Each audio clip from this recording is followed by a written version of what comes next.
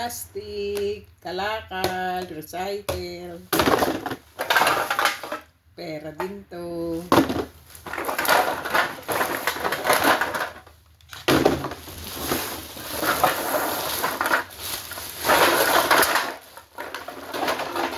Binubuhod ko ang plastic at ang mga can like this. Ganyan ang buhay dito sa Amerika. Sayang, mga nabibili ho to, mahal ho dito.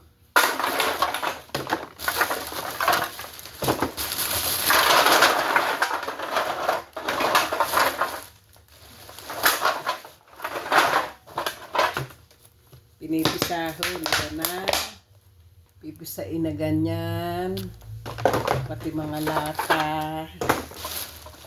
Ayan, tulad yan, ganito ginagawa ko. Pinipisa, binabaluktot. Para hindi takaw space.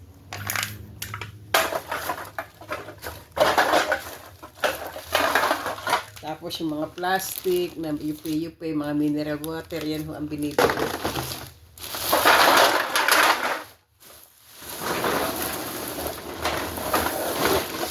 Yan. Mga mineral water na malalaki. Tulad nito.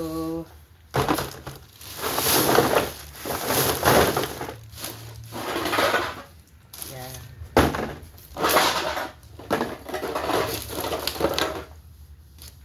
Ayan po. Malapit lang dito ang aming bentahan. 5 minutes walking. Ayan.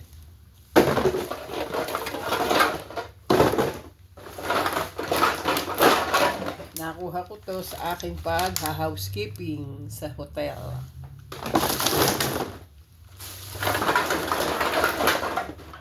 Dagdag kita dito sa Amerika. Ganyan ho ang buhay ng Amerika.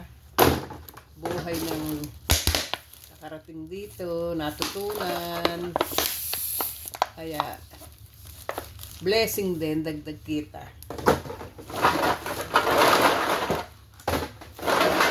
Para sa mga mahal sa buhay sa Pilipinas, sa mga apo. Ayan. Sa mga apo.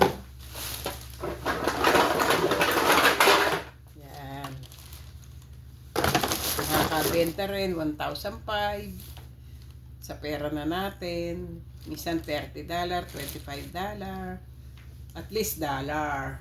Diba ho? Siya, babay na. Mahaba na. Babu.